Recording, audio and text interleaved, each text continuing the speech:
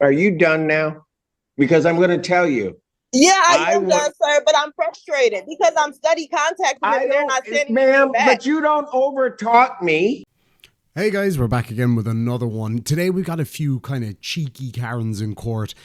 Some of these are a little bit older. They're new to me, so they're a bit of fun. I'm sure some of you have already seen them. But this first one goes a little bit nuts in Judge Simpson's court. That doesn't go down too well. The second one has a kind of a smug, arrogant look on her face the whole way through this thing. She's chewing away on gum, rolling her eyes, all that kind of stuff. How she didn't get pulled up on it is a mystery to me, but in any event, it's quite interesting to watch that one unfold. And then the third one is kind of a sovereign citizen type one, having a bit of an incident in Judge Fleischer's court. So I really hope you enjoy those, guys, and let me know which one you think was the worst or best, whichever way you look at it. You folks, were you here on the McKinley property or are you here for something else? We're just observing. Oh boy. Are you students too? Yes, sir. From where? Go purple and white. Thank you. Thank you. Yeah, okay. What I'll do is I'll try to get through the next block. If you guys had any questions, I had 2 students this morning. And so you guys waited to the last minute to do your project. Yeah, okay, all right. You know what's funny is, and this is truly a distinction probably between males and females. So a month ago or a while back, I had Pioneer High students, all girls showing up. Yeah. Then today, when school's about to get out, the paper's due, the guys show up. Last minute. Yeah, you're not even denying. Okay. If you guys hang on, I'll meet with you and try to give you some information so you have something to write. Okay. We'll do that. Okay. Court is standing in recess. Man, you know what? No, you got yourself out of the hospital. I do appreciate you rising, but if you had sat down, that would have been just fine. All right. You take care. You have a good weekend. Thank you too. Okay. All right. Where are we on this case?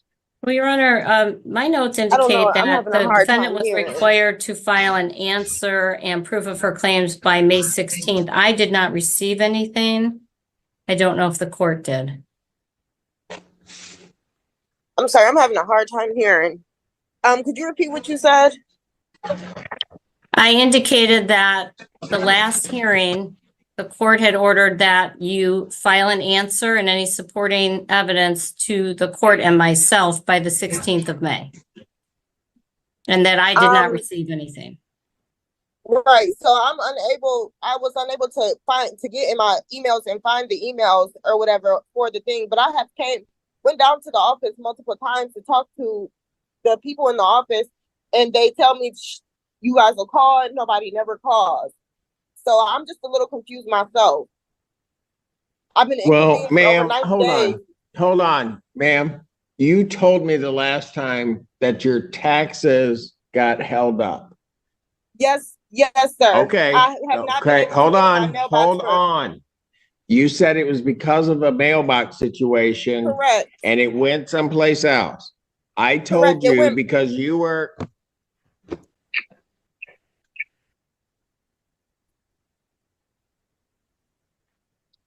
I'm not going to try to talk over you. Okay, sir, you don't have to try to talk over me. I apologize, but this is very frustrating when I've been doing everything I'm supposed to do on my behalf and they're not doing what they're supposed to do on their behalf. So I'm frustrated too.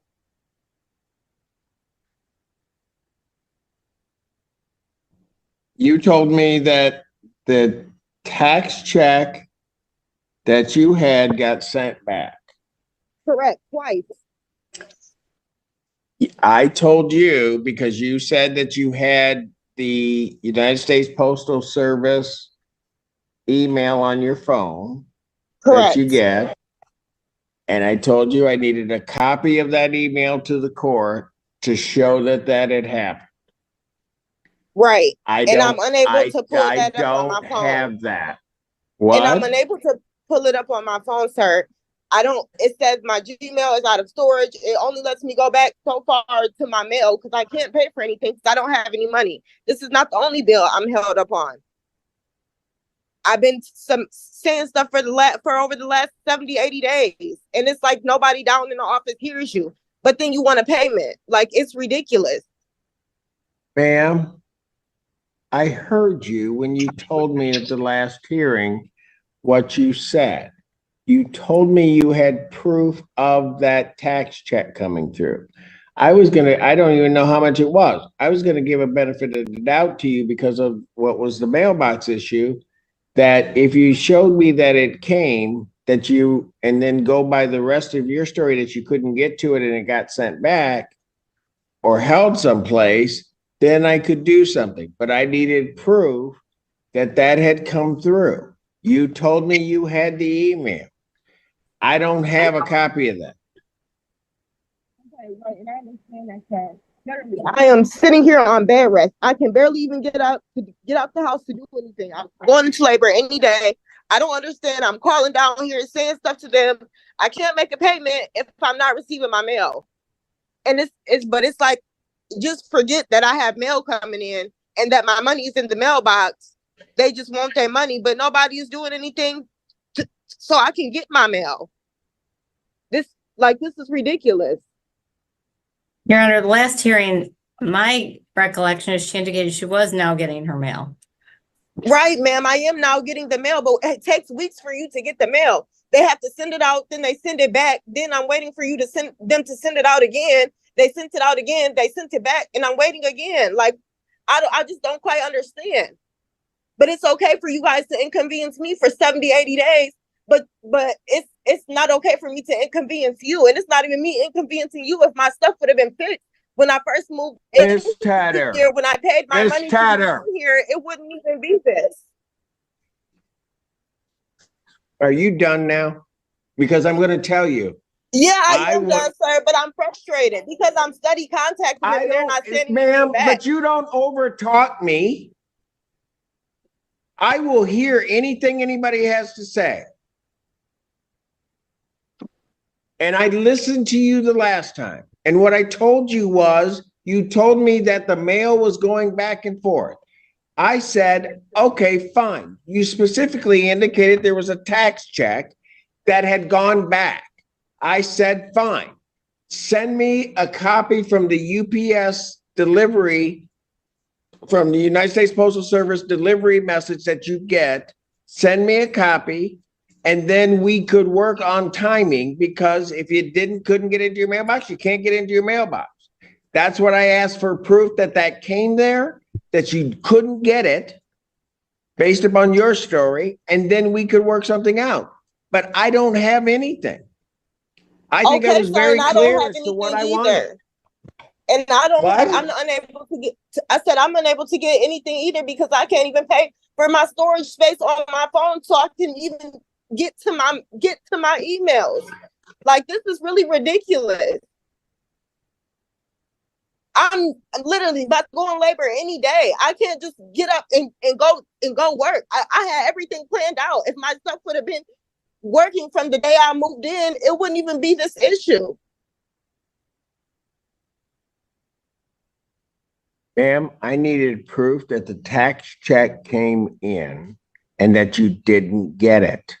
Sir, and I don't know how to get you proof. I've got on my laptop, I've got on my phone. I'm trying to get it. There's no way for me to get it. I've tried to call them and see maybe if they could send me some type of email stating that they sent it. They said no.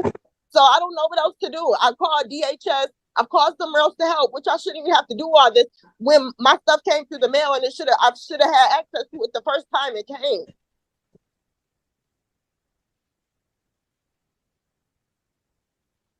Ma'am, maybe all of that's true, but I gave you an opportunity to just give me proof that the tax check came in, and I have nothing. Sir, I can't give you something that I'm unable to get myself either. I can't give you proof of something that I'm having trouble with pulling up myself. I have 2 other children here. I don't want to get put out. Like, come on now, this is ridiculous. I paid my money to move in here and I can't even get my mail. Ma'am, I don't have much of a choice here, though. Okay, well, you just do what you feel like you have to do. End of story. Like, Oh, I'm not about all to keep right. going back and forth with you or them. What's the claim, Miss? Hey, I'm done. What's the claim? I've tried. Go ahead. What's the claim in this case? Your Honor, rent to retain $2,781, cost $175.10, total redemption figure $2,956. Court finds no tribal issue. Judgment to the plaintiff for possession. Redemption amount is in the amount requested. Writ to issue 10 days. Just taking a quick break to say thank you very much to all of my members and all of my Patreons out there for supporting the channel. I really do appreciate it. We're going to be doing a lot of kind of behind the scenes, non-YouTube related stuff over on Patreon. If you want to go check that out, it's linked down below. Thank you all so much for the support. You can also support the channel by grabbing some merch, also linked down below. There's a link to PayPal, Patreon, all that good stuff. Or you can leave a super thanks down there. Thank you so much. Sorry about that, Your Honor. I just got off work and it really slipped I literally just walked in. It's okay. I just walked in too. All right. So we are here today in what is supposed to be a restitution hearing. Ms. McGoy, I'm sure your attorney did advise you that we had some discussion earlier about this matter. And I don't know if the attorneys want to place anything on the record at this time. I'm happy to. Okay, go ahead. I'm happy to, Your Honor. So just to sum everything up in terms of how we got here today, Ms. Pitts McGoy was sentenced on this case. This is an embezzlement case that was originally $1,000 to under $20,000. There was a plea taken with essentially to a lesser charge during the PCC and exam stage. And that was to the 200 to under 1,000 amount. The plea form in this case does indicate that there must be a reasonable amount of restitution repaid. At the sentencing that we had in this court, there was a lot of discussion about, I guess, in confusion, I think, to some extent, with Ms. McGoy feeling like the nature of the plea that she took, which was no contest, affected how the court would see her having a conviction in this matter and what, if any, restitution she felt like should be paid or ought to be paid or that she was required to pay. There was some discussion at that time that there were some of the things that she felt like, yes, you know, she was involved with, but others were challenged at that time. So it wasn't set for a hearing at that point, but we, at the next review date, I indicated I would go through everything with the fine-tooth comb to see what the issues were, because we had just gotten that file from another court. So of course I wasn't super familiar with it at the time. I had since done that. And so that sentencing was held in October. The following hearing, it was on October 12th. When we came back again, that was on, let's see here, looks like December. And I said at that time, I've looked at everything. It seems pretty straightforward to me. So if there is something being contested, then I needed to basically know exactly what was being contested, what the dollar amount is, what the items are, what exactly the issue is, so that we can, you know, look into it. The total amount of restitution request that I was familiar with was $4,598 for everything. That included a number of different items, merchandise from the store, cash from the drawer, and lottery tickets. So so we adjourned at that hearing in December so that Ms. McGoy could have a full and fair opportunity to review all of the discovery in this case, which includes the police report itself, documents from the store, the Speedway store, which are their accounting of cash shortages, and stills from the surveillance video that document the various things listed in the complaint, and I think a few more forms and things like that that are documents that basically account for everything that they reported. So the hearing following that was, let's see here, January 11th. And at that time, Mr. Lebo, I think, indicated that he had an opportunity to review everything with Ms. Pitts McGoy, and that there was a request to hold a hearing because she was contesting some of those things. So I needed to know, again, exactly what was being contested so I could figure out which witnesses to call, who we needed, and what, you know, what those issues might be behind those different things. So I needed that by the 16th. And we're not actually set up to have a hearing today because Mr. Lebo did reach out to me and state that He doesn't have any specific amounts or items. The general issue at this point, I'll let Mr. Lebo clarify that if I'm misstating, is that he would have wanted to question witnesses on whether the items were really taken by Ms. Pitts-McGoy or whether they were simply misplaced or lost. And so we discussed on the record, or actually off the record a bit in the breakout room this morning, those go back to the central issues from the first sentencing, which is that's a trial, right? That is determining whether or not an offense happened and whether she's the person responsible for it. So we have reconvened now to discuss where this case is, what the dispute is, if any, what the specifics are, and what needs to happen going forward. Sorry, I was so wordy, but just a big recap of everything. I do want to clarify a few things on that for my Your Honor. You may. Which I think part of the issue is that I did not have a list of the specific items that were alleged to be taken. My assumption at this moment is that they're in the Excel sheet I received and that I have reached out to Ms. McDuffie regarding getting access to because it was locked by the 7-Eleven staff.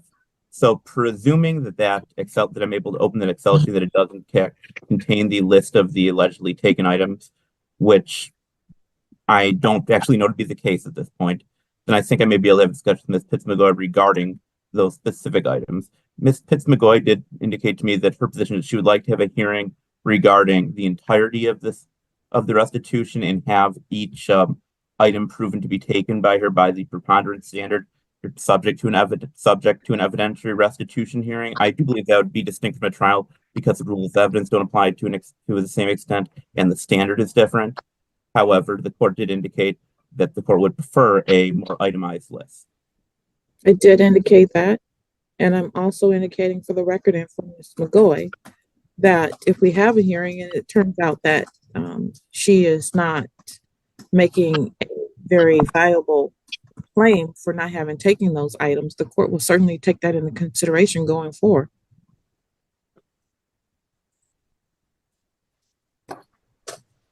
So, Ms. McGoy, if you want to have a hearing, it better be about real issues, because if it's not about real issues, I am not going to be happy.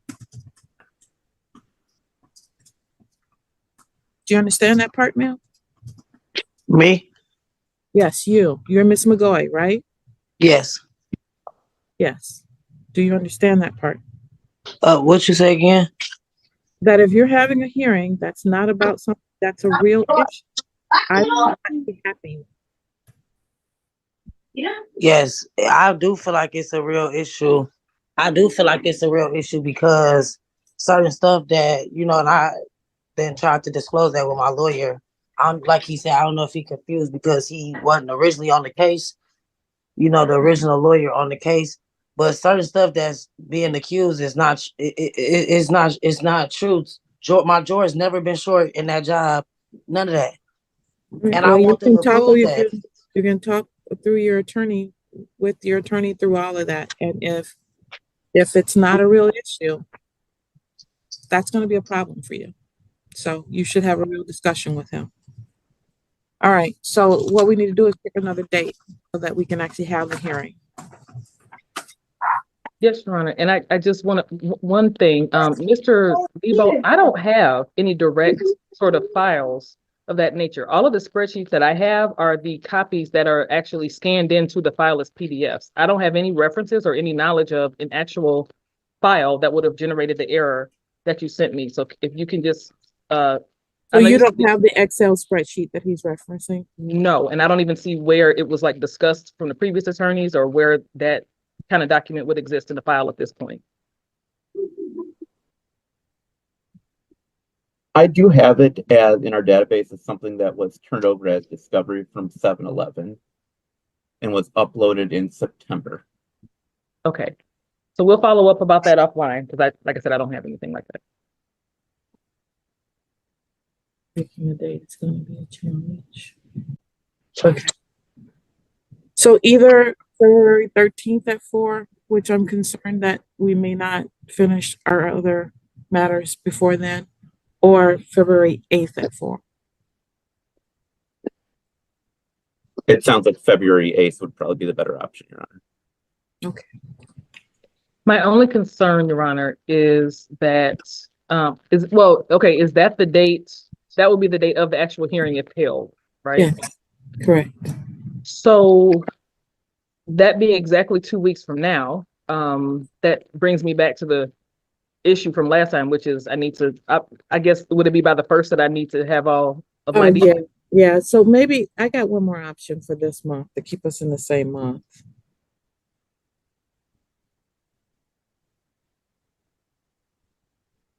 How about March 29th? I think that might be a decent day. February 29th. I'm sorry. I said the same month. So a completely different. I think that's good. I think that gives us enough time to go through absolutely everything, find out people are available and get them here if we need to, and sort through any sorts of technical document problems that there could be. I agree. There is one issue I'd like to raise, I guess, partially to see the court's position on this, which among the discovery, there is an item of stolen merchandise that is simply labeled as general merchandise. And I would hope that I could get a more specific indication of the merchandise. I'm sorry, what now? Rephrase that. I mean, not rephrase it, but repeat it. So among the items listed as allegedly taken by Ms. Fitzmagoy, there's a $1,200 line item that just says general merchandise. And I would like to know Right. You want to know what that is? Yes, Your Honor. Okay. Thank you. I think that's a valid question. Absolutely. I honestly believe, so that refers to the footage of going through the store, basically filling bags with things. So I think that's honestly why that language was used on the, what do you call it? The plea form, which was reasonable, because if that's something that's missing, obviously, that would be contestable and understood. So I will find out if that gets any more specific. I'll find out if there's any way. I'm not sure that there honestly will be, given the nature of the accusation behind that, with stuff being stuffed in bags and taken out. But to your point, that may very well be something to contest. So I'll follow up. Thank you. Right. Because if they can't prove the amount, I mean, how do you even know which items were taken? So I think that we need to know how they're going to be able to show that they get to that particular number. Okay. All right. February 29th, 2024. What time did you say our last thing is at? Your Honor, did the court mean March 29th? No, I meant February 29th. Oh, I apologize.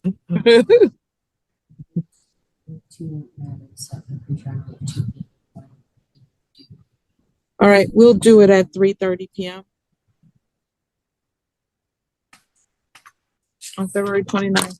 Hour and a half should be enough time for the testimony, I hope. Okay. Thank you, Your Honor.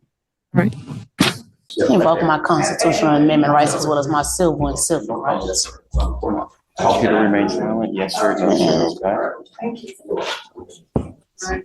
Is there a problem? Honestly feel threatened by this courtroom. And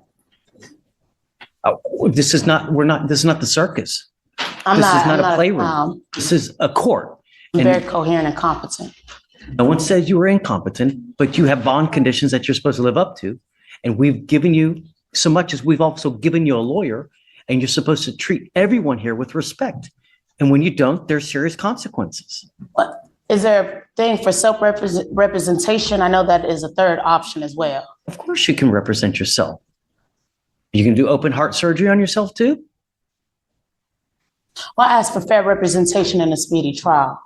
No one here does anything to hurt anyone. The only thing that we're concerned about here is public safety and that everybody gets treated fairly and with respect. Well, That I fear includes, for my life and safety against Harris County. I don't know what to tell you about there, but you need to take that with whoever you feel threatened by. But Harris County. here, we need to protect everybody in Harris County. Me and my children. We've given you a lawyer. I want you to treat him with respect. And I want you to treat our clerks with respect, our bailiffs, and us. I'm not asking for much. The only condition I put on you now is to not go back to the location where you were allegedly trespassed from. They don't want you there. So that's why I'm telling you now, don't go back. That's the only condition that we have. In regards to my housing, which is my documentation right here, that should be submitted into my file.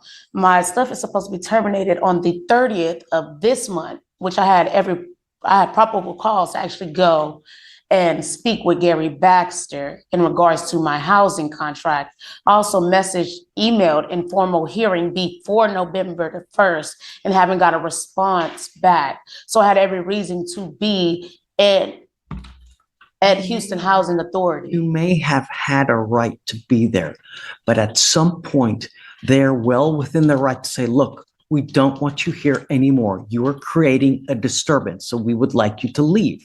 Can y'all subpoena the cameras? You can do whatever you want. You're going from here to here to here to here to here. Listen to what I'm saying and focus on this in the now. Don't start thinking of something in the future or something because you're not listening to what's happening now. You may have had a right to be there, but at some point you lost that because of the way you may have treated everyone and they didn't want you there anymore. I'd like to file a hate crime against Harris County, the city of Houston. Okay. You hear what I just said? What did I just say? Oh, I can't go back to 2640 Fountain View Drive in regards to it being my property, but have an actual, I believe so. It's the Houston Housing. yeah, the Houston Housing Authority have an actual reasons Now, to be that's there. not to say you may send them an email. You could send them a fax. I don't know if that would include calling. As far as trespassing is concerned, I can look into it, Judge. I'm not sure. Yeah, I was wrongfully they can evicted. have an issue if she calls over there. That I don't know.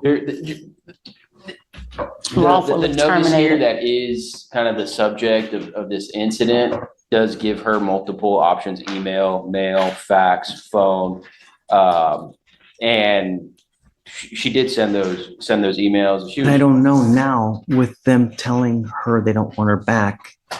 How does that play into? They haven't asked for a no contact order and there's no specific person, I would say. Exactly. Because she No response back from my she still emails. has not been, she lives in, she has housing assistance with the Houston Housing Authority, Judge.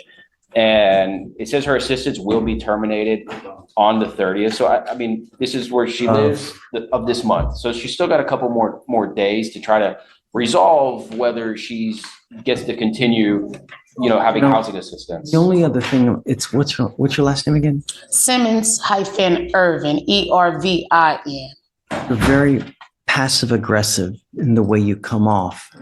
Well, I'm sorry, I'm a victim of Harris County. That may be And so are my children screaming. That may be well right. But in life, you get more with honey than you do with vinegar. And when you go to these people and you act in such a manner that they think you may be threatening them, you're not going to get far.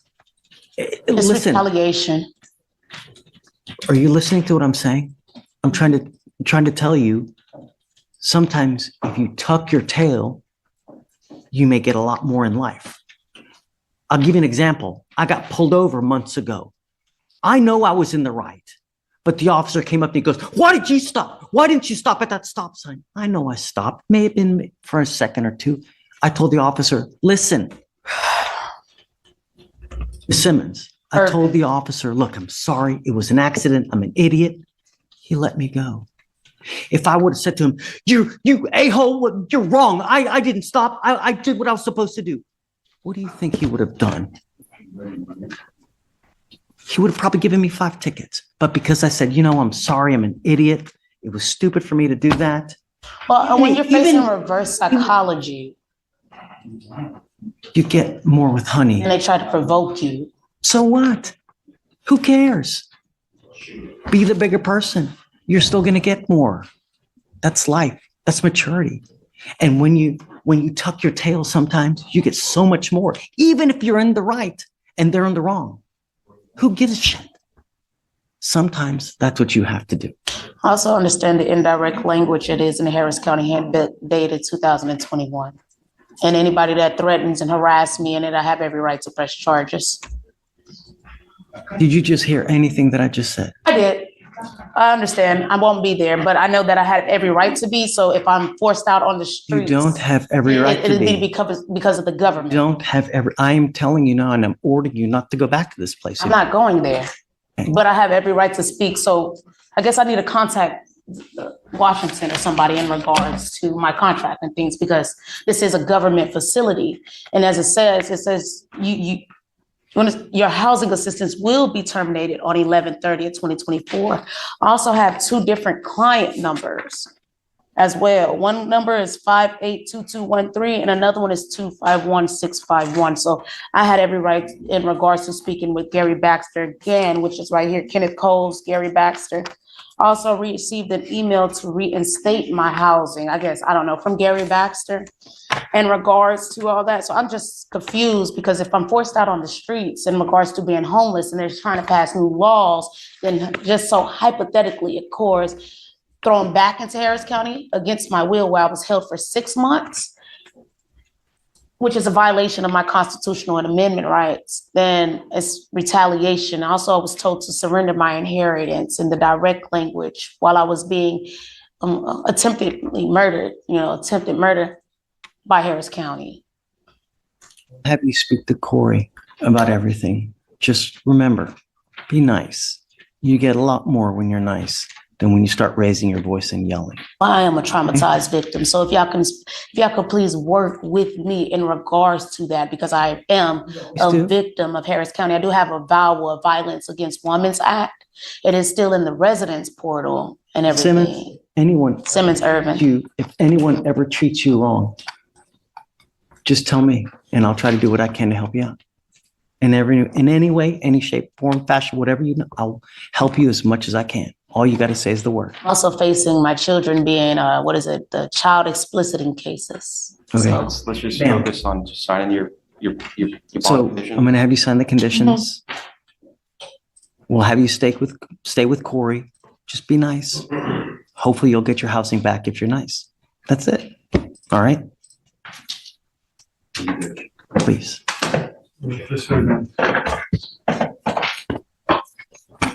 Thank you so much for joining me, guys. I hope you enjoyed the videos. If you did, make sure and hit that like button and we'll catch you in the next one. Sláinte.